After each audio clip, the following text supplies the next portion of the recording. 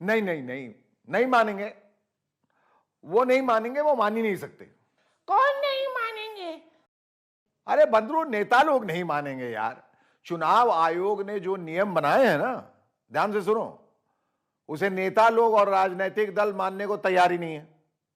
लखनऊ से लेकर गोरखपुर तक कोविड प्रोटोकॉल्स और चुनाव आचार संहिता की जमकर धज्जियां उड़ाई जा रही हैं, और यह हो रहा है नेताओं और राजनीतिक दलों के संरक्षण में। इस दिन का तो इंतजार कर रहे थे कि चुनाव कब आएगा। हम लोग इलेक्शन कमीशन के जो जो नियम है उनका पालन करेंगे। इस भीड़ में मास्क बिल्कुल नदारद है। 14 जनवरी को लखनऊ में समाजवादी पार्टी के दफ्तर में जो हुआ उसे आप सबने देखा ही होगा, जहां बीजेपी के दल बदलुओं का जबरदस्त स्वागत किया गया। इस मौके पर भारी भीड़ जुटाई गई और कोरोना नियमों की ऐसी की तैसी कर दी गई। सपा वालों ने शायद ये सोचा होगा कि भाजपा से बहुत सारे नेता आ रहे हैं तो भीड़ भी बहुत ज्यादा होनी चाहिए। भाई जरा अलग अलग एंगल से दिखाइए कैसे समाजवादी पार्टी के दफ्तर में जमा भीड़ में चुनाव आचार संहिता का आचार बना दिया।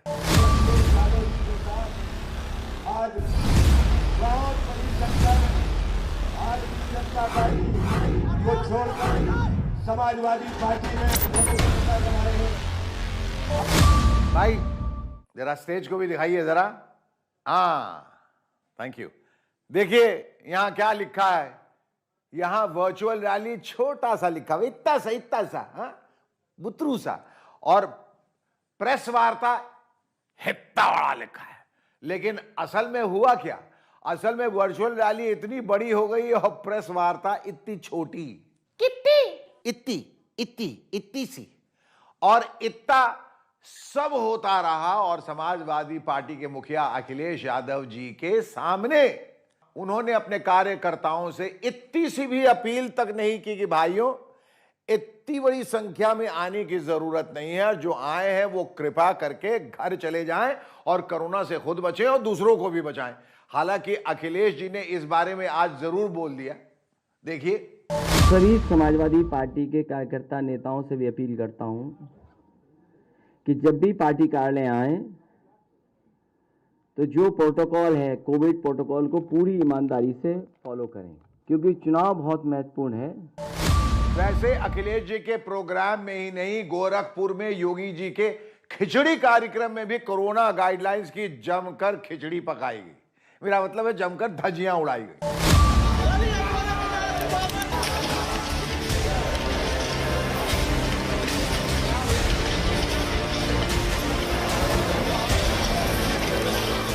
हम तो इतना ही कहेंगे कि ये सभी की जिम्मेदारी है, अखिलेश यादव जी की भी और योगी आदित्यनाथ जी की भी, कि वो अपने कार्यक्रमों में कोरोना प्रोटोकॉल्स का पालन कराएं।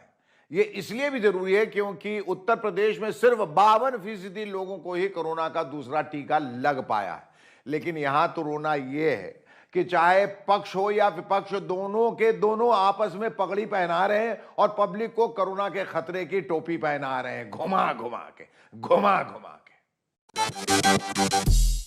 हेलो हेलो हेलो, हाँ जी हाँ जी हाँ जी, मुख्यमंत्री सेलेक्ट करना है जी।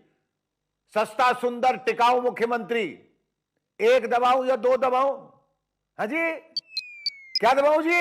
ये मोबाइल पे क्या कर रहे हो शेखरू? अरे पंजाब का मुख्यमंत्री सेलेक्ट कर रहा हूं बंदरू। पर पंजाब में तो भी चुनाव ही नहीं हुए शेखू।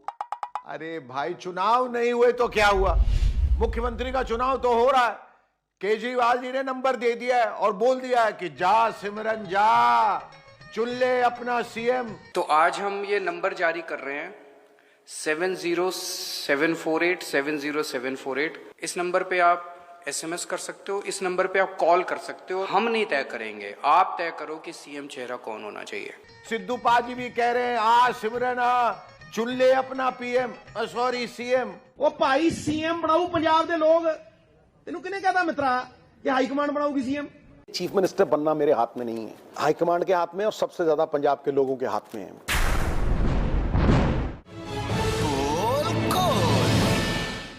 मान न मान मैं तेरा मेहमान, ये कहावत तो आपने सुनी ही होगी। पंजाब में इस कहावत का एक नया वर्जन आया है, मान रे मान तू नहीं हमारा मेहमान। मतलब इसका मतलब यह है बंदरू कि मान न मान जनता चुनेगी अपना मेहमान। पंजाब के आम आदमी पार्टी के मुखिया भगवंत मान का कहना है कि, कहना तो खैर केजरीवाल जी का है कि भगवंत मान ऐसा कह रहे हैं कि मुझे सीएम पोस्ट का चेहरा डिक्लेयर मत करो जी, पब्लिक को करने दो जी। मैं तो कह रहा था कि भगवंत मान को बना देते हैं। भगवंत ने कहा नहीं, जनता से पूछना चाहिए सर। भगवंत ने कहा कि जो जनता मेरे को जिम्मेदारी देगी वो जिम्मेदारी मैं पूरी करूंगा। इस देश में पहली बार ऐसा हो रहा है कि बंदा खुद कह रहा है कि ना जी ना, मुझे सीएम पद का चेहरा डिक्लेयर मत करो, जनता को करने दो जी। 17 को 5 बजे के बाद आपको ये सवाल करने की जरूरत नहीं पड़ेगी। 17 को 5 बजे के बाद आपको ये सवाल करने की जरूरत नहीं पड़ेगी। शायद इस खुशी में ही भगवंत मान साहब लड्डू की जगह फूल खा रहे थे। ये देखिए,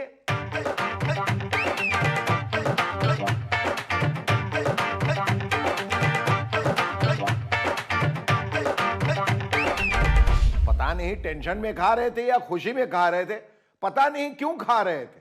खैर जो भी है, लेकिन ये तो तय हो चुका है कि सरकार आम आदमी पार्टी की ही बनेगी। तो ये तो लगभग तय हो चुका कि आम आदमी पार्टी की सरकार बनेगी। सरकार तो तय हो गई जी, अब तो बस सीएम तय करना बाकी है जी, और वो भी 17 तारीख को तय हो जाएगा जी। लेकिन केजरीवाल जी 17 तारीख को अगर लोगों ने भगवंत मान से ज्यादा आपको सीएम के लिए पसंद कर लिया तो नहीं, ये मैं इसलिए पूछ रहा हूं क्योंकि पंजाब में अभी तक जितने भी सर्वे हुए हैं उनमें मुख्यमंत्री पद के लिए चन्नी जी के बाद दूसरे नंबर पर लोग आपको ही पसंद कर रहे हैं। तो अगर इस रेफरेंडम में भी लोगों ने मान से ज्यादा आपको पसंद कर लिया तो क्या आप दिल्ली के मुख्यमंत्री पद से इस्तीफा देकर पंजाब के मुख्यमंत्री बनेंगे क्या जी? बताइए, बनेंगे क्या जी? हम तो ऐसे ही पूछ रहे हैं जैसे आप लोगों से पूछ रहे हैं, ऐसे ही मान न मान मैं तेरा मेहमान।